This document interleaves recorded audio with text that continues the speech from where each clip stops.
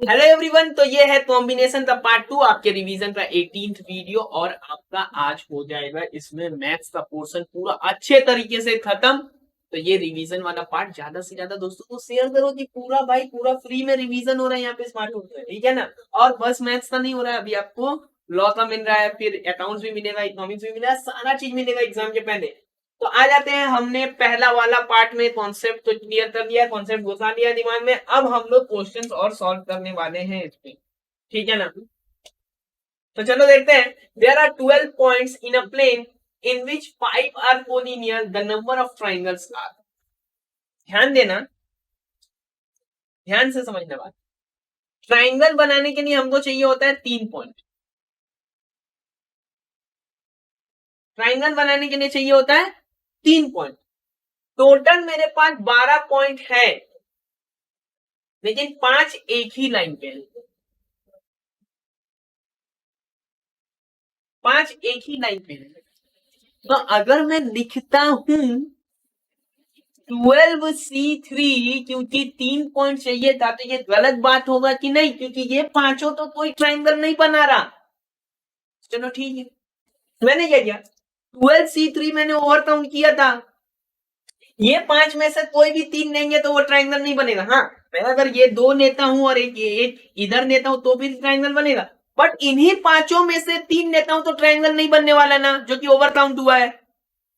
तो यहां से कितना 5C3 बन सकता है ना, और जो ओवर काउंट है उसको सब्ट्रैक्ट करो, बात खत्म करो, आगे बढ़ते हैं। 5C, ठीक ऐसा ही काम स्ट्रेट लाइन में भी करेंगे। ठीक ऐसा ही काम स्ट्रेट लाइन में करेंगे। मान लो यहां से पूछा जाता है कितना स्ट्रेट लाइन होने वाला है, तो 12C2 माइनस 5C2 करते। बट यहाँ एक बात और, यहां ध्यान से सुनना, जब तुम स्ट्रेट लाइन बनाते हो तो ये पांचों एक स्ट्रेट लाइन तो बनाता है ना। जब ट्राइंगल बना रहे हो तो ये पांचों मिलकर कोई ट्राइंगल नहीं बना रहा, लेकिन जब स्ट्रेट लाइन का बात कर रहे हैं ना, तो एक स्ट्रेट लाइन बन रहा है इन पांचों से, +1। ये अंतर है स्ट्रेट लाइन वाला चीज है ट्राइंगल। चलो इसका आंसर भी निकाल लेते हैं भाई। तो 12, 11, 10, 3, 2, 1 माइनस 5, 4, 3, इधर 3, 2, 1, इधर पे 3 और 2, इधर पे 6, यहाँ पे 2, 6 से 12 कैंसिल आउट सीधा। यहाँ 3 से ये 3 खत्म, यहाँ पे 2। तो 5C3 तो 10 इधर आ ही गया है, और 12C3 से यहाँ पे आ गया है 110 एंड 2, 220, है ना। घटाओ 210, आंसर मिल गया। आगे बढ़ते हैं। अब अगर कोई बच्चा ये गलती कर देता है कि उसको स्ट्रेट लाइन वाला पार्ट याद था, उसने +1 किया, तो वो 211 पे पहुंच जाएगा और गलत हो जाएगा। इसलिए स्ट्रेट लाइन में हम +1 करेंगे, क्योंकि ये पांचों मिलके लाइन तो बनाता है, बट पांचों मिलके कभी ट्राइंगल नहीं बना सकता, क्योंकि ये एक लाइन पे। लिखते जाना पॉज करके। The number of straight line obtained, यहीं पे आ गया अभी, यहाँ पे सीधा आ गया भाई, सीधा क्वेश्चन है। The number of straight line obtained by joining 16 points on a plane where no 3 of them being on the same line, मतलब कोलिनियर नहीं है। कोलिनियर मतलब एक लाइन पे होना है, कोई भी एक लाइन पे नहीं। तो क्या है, तो फिर तो मस्ती है, आराम से मजा करो। क्या है, 16 था, सी, खत्म बात। 16C2 करेंगे, 16 में से 2 पॉइंट चूज करेंगे, मेरा स्ट्रेट लाइन बन जाएगा। 16 इंटू 15 डिवाइडेड बाई 2 इंटू 1, 2 से इधर 8, 8 एंड 15 120, टिक किया और आगे बढ़। इतना ही सतनाम है, ये तो बहुत आसान क्वेश्चन। चलो आगे बढ़ते। बट हाँ, बार बार बोल रहा हूं मैं, आपका मैथ्स का ज्यादातर चैप्टर में बुक में ही लिखा हुआ है बेसिक कॉन्सेप्ट, तो ज्यादातर बेसिक बेसिक क्वेश्चन ही आता है। एक बार तो किसी एक पेपर में पूछ दिया था 5C3 का क्या वैल्यू होगा, पता है, पूछा था 5C3 का क्या वैल्यू होने वाला, या फिर ऐसा पूछा था 5CR is equal to 5C, कुछ ऐसा था, 5C2 find the value of R। तो R का वैल्यू या तो 2 हो सकता है, या R का वैल्यू 3 हो सकता है, ऐसा ऐसा टाइप। आगे चल, In an election, there are 5 candidates and 3 members are to be elected. मतलब 3 लोगों को चुनना है। मान लो ना तुम्हारे यहाँ पे इलेक्शन हो रहा है, बट कैसा इलेक्शन हो रहा है, एक आदमी को नहीं चुनना है। जब तुम इलेक्शन में जाते हो एमपी एमएलए काउंसिलर, तुम एक आदमी को चुनते हो, बट बहुत सारा ऐसा भी इलेक्शन होता है जहां पे तुम प्रेसिडेंट वाइस प्रेसिडेंट 2 चुन रहे हो। अगर मान लो तुम वहां पे प्रेसिडेंट वाइस प्रेसिडेंट और जनरल सेक्रेटरी तुमको चूज करना है, तो 3 चूज करना है तुमको। अब जिसको प्रेसिडेंट बनाओगे उसी को तो वाइस प्रेसिडेंट नहीं बना दोगे, जिसको सेक्रेटरी बनाओगे उसी को तो तुम प्रेसिडेंट नहीं बना दोगे ना, ठीक है। Voter is entitled to vote for any number of candidate not greater than the number to be elected, the number of ways a voter choose to vote, ठीक है। मतलब क्या है, ध्यान से सुनना। in an election there are 5 candidates and 3 members are to be elected, 3 को ही चुनना है। a voter is entitled to vote for any number of candidates greater than the number to be elected, any number greater than and not equal to, not greater than, sorry, a number of candidate, क्या है, a voter is entitled to vote for any number of candidate not greater than the number to be elected, मतलब जितना elect करना है उससे ज्यादा को vote वो नहीं दे सकता, एनी नंबर वो वोट करेगा। और यहाँ पे नोटा वाला केस नहीं है, तो नंबर ऑफ वोटर चूज करता है वोट करने का, नंबर ऑफ वेज, बट उसको वोट देना। Voter is entitled to vote for any number of candidates not greater than the number. ऐसे नॉर्मली नंबर्स के हिसाब से जाओ तो यहाँ पे 0 भी हो सकता है कि 0 1 2, नॉट ग्रेटर देन मतलब इक्वल टू भी हो सकता है, लेस देन और इक्वल टू, बट वो वोट कर रहा है तो किसी एक के लिए तो वोट करेगा, नोटा वाला ऑप्शन नहीं लेते, तो 1 2 3 के लिए वो वोट कर सकता है। तो पहला वाला 5 कैंडिडेट में से वो एक को वोट करेगा तो 5C1, 2 को वोट करेगा तो 5C2 और 3 को वोट करेगा तो 5C3, ठीक है। तो इधर तो 5 हो गया, 5C2 और 5C3 सेम वैल्यू ही निकलता है और 5C2 में बनता है 10, तो 10 और 10, 5C2 10 कैसे बनता है, 5 4 2 1, तो हो गया ये 10, ठीक है। तो हो गया ये 10 10 10 और 5 25 हो, समझ में बात, ठीक है ना। तो चलो आगे बढ़ते हैं, बड़ा मस्त है इलेक्शन है ये। और अगर वो 0 भी वोट करता, 0 वोट मतलब नोटा किसी को नहीं देता, तो 5C0 वो भी एक तरीका होता है, तब वो 26 हो जाता है आंसर।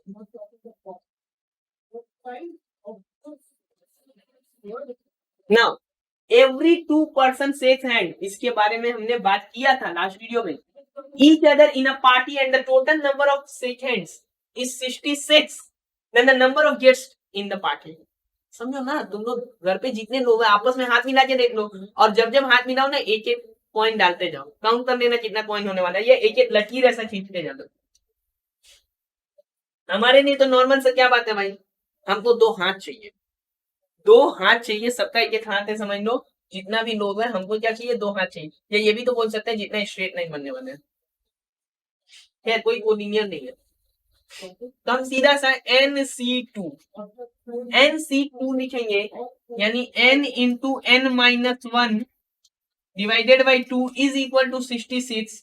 इसको ले जाके मल्टीप्लाई करते हैं, n इंटू n-1 66 यानी 11 इंटू 6 इंटू 2, तो यहाँ पे हो गया 12 इंटू 11 n इंटू n-1, तो n का वैल्यू हो गया 12, यानी पार्टी में 12 लोग थे, ठीक है। हर आदमी देखो 12 लोग हैं, हर आदमी 11 आदमी से हाथ मिलाएगा, तो 12 इंटू 11। लेकिन यहाँ पे तुम एक चीज मिस कर लो, जब मैंने सामने वाले से हाथ मिलाया, सामने वाले ने मेरे से हाथ मिलाया, तो काउंट किया आपने 2, लेकिन वो सेकंड तो एक ही हुआ, मेरे लिए भी काउंट किया उसके लिए भी काउंट किया, तो क्या करो डिवाइडेड बाई 2, तो आगे बढ़ते।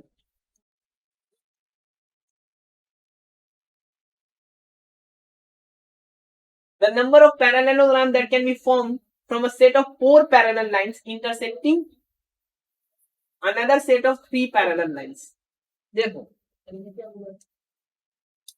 यहाँ पे 4 पैरेलल लाइंस है, ये पैरेलल होने चाहिए, और यहाँ इंटरसेक्टिंग देम 3 पैरेलल लाइंस। मान लो तो भाई पैरेललोग्राम में ना क्या होता है, पैरेललोग्राम ऐसा होता है, ऑपोजिट पेयर पैरेलल होता है, ये इसके पैरेलल, ये इसके पैरेलल, ठीक है, ये इसके पैरेलल, ये इसके पैरेलल। तो इनमें से, इन चार में से मुझे दो चूज करना है, 4C2, चार में से दो चूज किया 4C2, एंड ये वाला जो तीन है ना, इसमें से भी चूज किया 3C2, सीधा 4 into 3, ठीक है, डिवाइडेड बाई 2, और 3C2 तो 3 होने वाला है, तो 6 and 3 18। क्यों, क्या कर रहे हो तुम, पैराबोला पैराबोला बोल रहा हूँ मैं, सॉरी, पैरालेलोग्राम जब तुम फॉर्म कर रहे हो तो क्या कर रहे हो तुम, चार पैरेलल लाइन में से दो पैरेलल लाइन चूज कर रहे हो, मतलब selecting two parallel lines out of 4C2, and से आया मल्टीप्लीकेशन, एकदम स्टार्टिंग में बोला था एंड रूल और रूल, ठीक है, तो एंड से आया मल्टीप्लीकेशन, इसके बाद आता है 3C2, तीन में से दो चूज करना है, उसको मल्टीप्लाई करो, इधर से 6 इधर से 3, आ गया 18, ठीक है, चलो आगे बढ़ते हैं।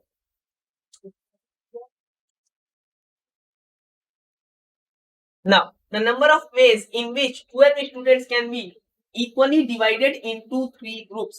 इसको ग्रुप में आपको करना है डिवाइड, इसका आंसर आपको बताना रहेगा कमेंट में, ठीक है, कमेंट में बताओगे ये आंसर आप, ठीक, 3 ग्रुप्स में डिवाइड करना है, फैक्टोरियल से आएगा आपका ये, इसको बनाना है और आंसर आपको करना है कमेंट, ठीक है, कमेंट में बताओगे आंसर, एक क्वेश्चन का आंसर हमेशा कमेंट में बताना।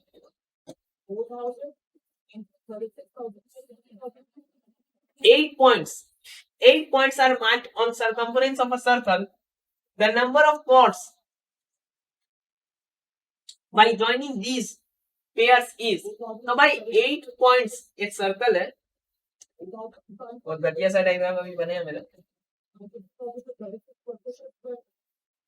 एक सर्कल है, ये सर्कल नहीं है, बस समझ लो सर्कल है,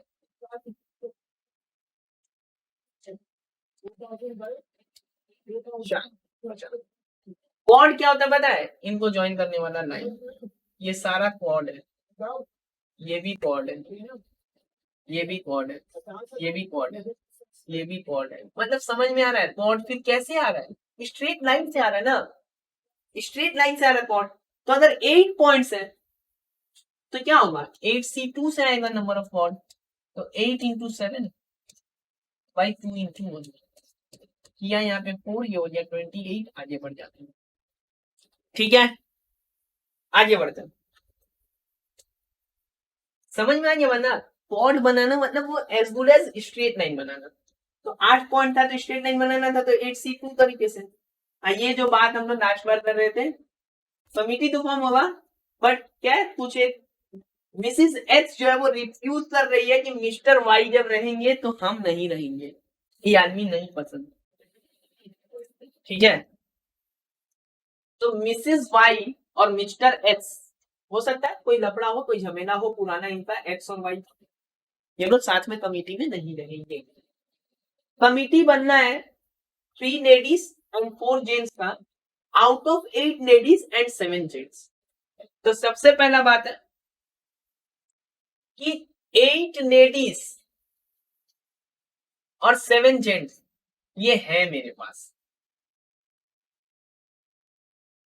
इसमें से जो कमिटी बनेगा उसमें 3 लेडीज होने वाली है, 8C3 इनटू जो जेंट्स है वो कितना होना चाहिए, 4 होने चाहिए, 7C3, कमिटी ऐसे ही बनेगा ना, 3 लेडीज एंड वर्ड आपको बता रहा है कि मल्टीप्लाई करना है, ये हो गया total number of committees without any restriction, without any restriction, तो ये विदाउट एनी रिस्ट्रिक्शन ये कितना आ गया, 8 into 7 into 6, 3 into 2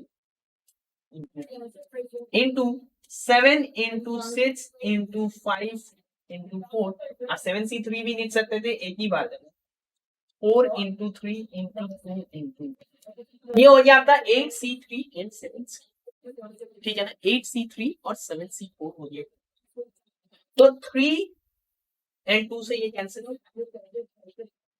3 and 2 से ये 6 कैंसिल हो, 4 तो इधर कैंसिल हो, ये हो गया 35 और ये हो गया 56, तो 56 and 35 कितना हो जा रहा है, 19 ठीक है ना, 56 into 30 1960 total number of committees हो गया। बट ये तो बोल रही है कि वाई रहा तो हम नहीं रहेंगे, झमेला। हम लोग क्या किए, हम बोले दोनों रहो, मतलब मारपीट नहीं करवाना है, करना क्या है, एक्स और वाई दोनों को कमिटी में डालते हैं और फिर पता करते हैं ऐसा कितना कमिटी हो रहा है, क्योंकि टोटल कमिटी तो पता चल गया, एक्स और वाई दोनों को रख देते हैं कमिटी में और फिर देखते हैं कितना ऐसा नंबर ऑफ कमिटीज बन सकता है, उनको सब्ट्रैक्ट करेंगे, फिर पता चल जाएगा टोटल नंबर ऑफ कमिटीज कितना है, कितना फॉर्म हो सकता है जिसमें एक्स और वाई दोनों साथ में ना रहे, मतलब अलग अलग ये लोग सब करेगा बट साथ में नहीं रहेगा। तो साथ में अगर रहता है तो ये ऑलरेडी आ चुका मिस्टर एक्स, यानी अब मिस्टर एक्स अगर आ चुका तो बाकी 6 जेंट्स बचा हुआ है, जिसमें से मुझे अब 4 नहीं 3 जेंट्स और लेना होगा, क्योंकि एक तो ऑलरेडी है। बात समझ में आया, मुझे 7 आउट ऑफ 4 आउट ऑफ 7 नहीं लेना है, अब मुझे लेना है 3 आउट ऑफ 6, क्योंकि एक जेंट्स ऑलरेडी है और अब टोटल नंबर में से भी एक जेंट्स हटा दो, मिस्टर एक्स जा चुका। और Y Y Y Y Y 8 ladies की जगह अब मेरे पास टोटल 7 लेडीज है और जिसमें से 3 नहीं, अब मैं 2 चुनूंगा, क्योंकि एक लेडी वाई तो ऑलरेडी है इस कमिटी। तो ये बाबू वो सारा कमिटी बन गया जिसमें एक्स और वाई साथ में है। तो 7 into 6 divided by 2 into 6 into 5 into 4 3 2 1, ये खत्म, यहां से 3 खत्म, 21 इंटू 20 तो 420 नहीं क्या, हाँ 420 ऐसा मेंबर है, 420 ऐसा कमिटी है जिसमें एक्स और वाई एक साथ रह रहा है। ठीक है, 7C2 क्यों लिया, क्योंकि मेरा एक लेडी जा चुकी ऑलरेडी कमिटी में है, तो 7 में से चुना और एक ऑलरेडी कमिटी में है तो मुझे और 2 चुनना है। ठीक है, ठीक वैसे ही अगर मिस्टर वाई मतलब मिस्टर एक्स अगर कमिटी में ही है तो मेरा एक तो जा चुका, अब 6 टोटल बचा हुआ और एक ऑलरेडी है तो मुझे और 3 ही चाहिए, तो 6 का वैल्यू 6 बाई 4 3 2 1, यहाँ काटा, यहाँ पे 20 और यहाँ पे 21, तो 420 इसमें से हटा देते हैं। 420 अगर हटा देते हो तुम, क्योंकि ये मेंबर्स मतलब ये जो कमिटीज है ये हम नहीं रख सकते क्योंकि इन लोग का लफड़ा है। 1540 ऐसा कमिटी है जिसमें हम 8 में से 3 लेडीज 7 में से 4 जेंट्स देंगे और एक्स और वाई साथ में, सारा चीज फुलफिल करने वाला है 1540 आपका नंबर ऑफ कमिटीज फॉर्म हो सकता है। हम देखते हैं टोटल नंबर कितना हो सकता है, हम ये नहीं कि बैठ के सारा कमिटी फॉर्म करते हैं, कितना किया जा सकता है। ठीक है, तो अच्छे से लिख लो रानी बनकर।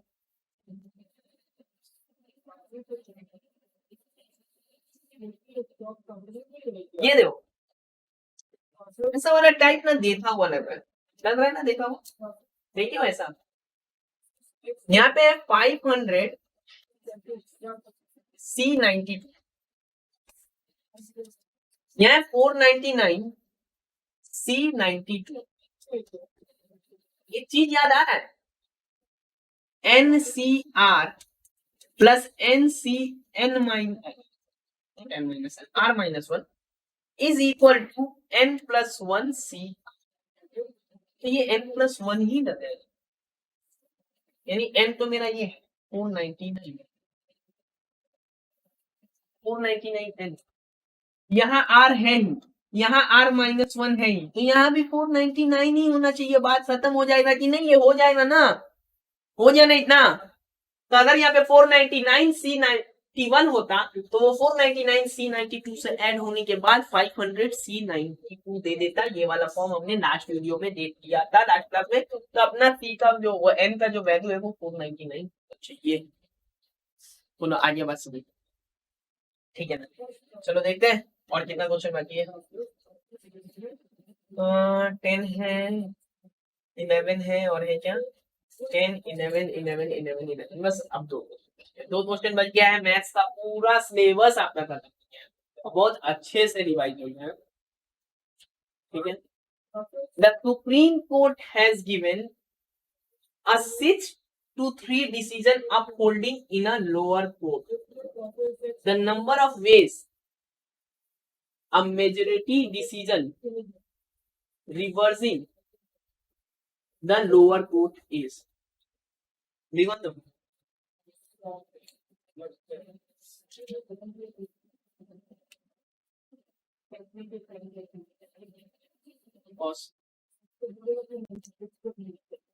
तो आ जाओ क्वेश्चन नंबर 10 दे, हाँ 10 और 11 ही अब बचा हुआ है. तो the supreme court has given a 6-3 decision upholding a lower court.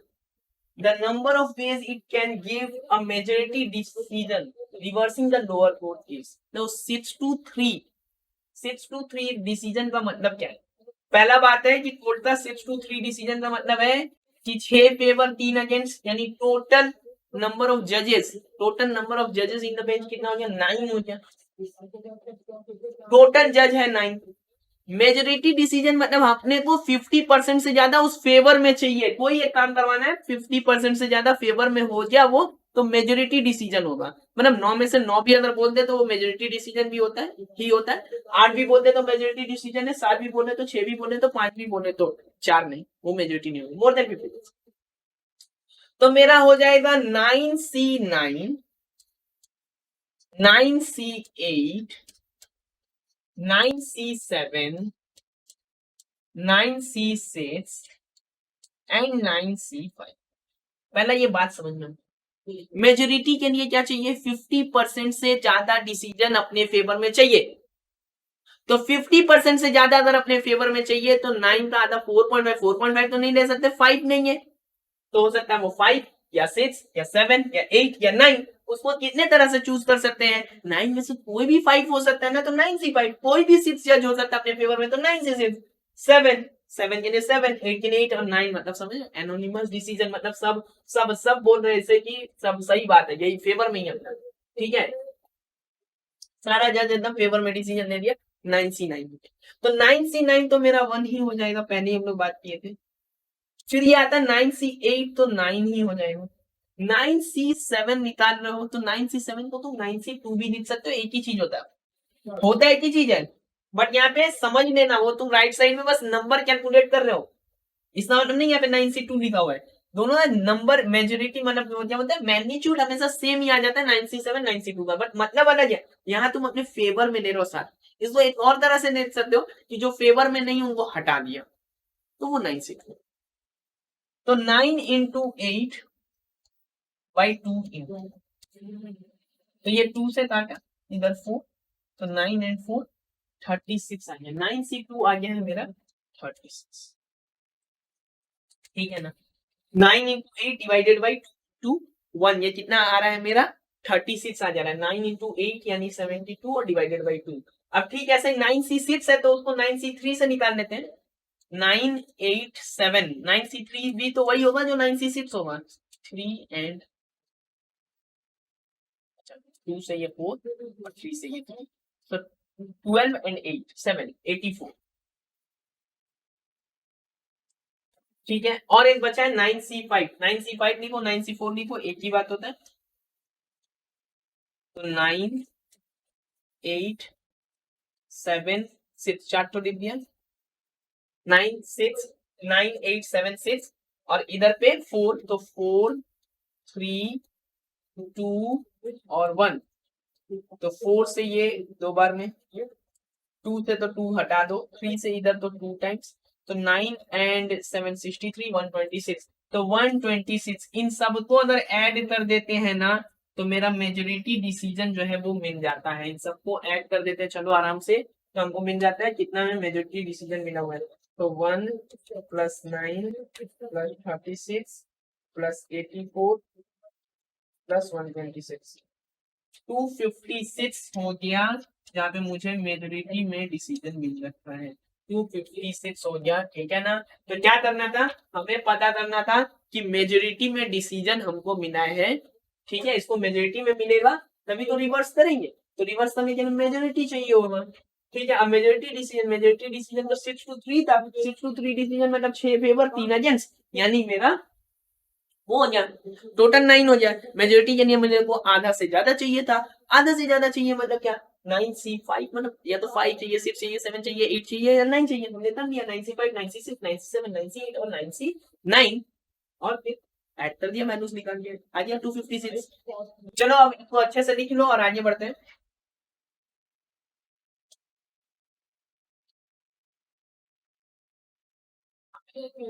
Last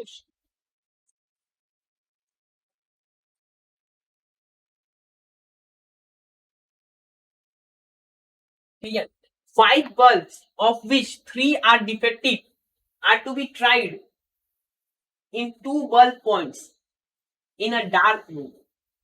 The number of trial the room shall be lighted is, मतलब वर्स्ट केस सोचेंगे, वर्स्ट केस कितना ज्यादा से ज्यादा लग सकता है जिसमें लाइट जल जाए।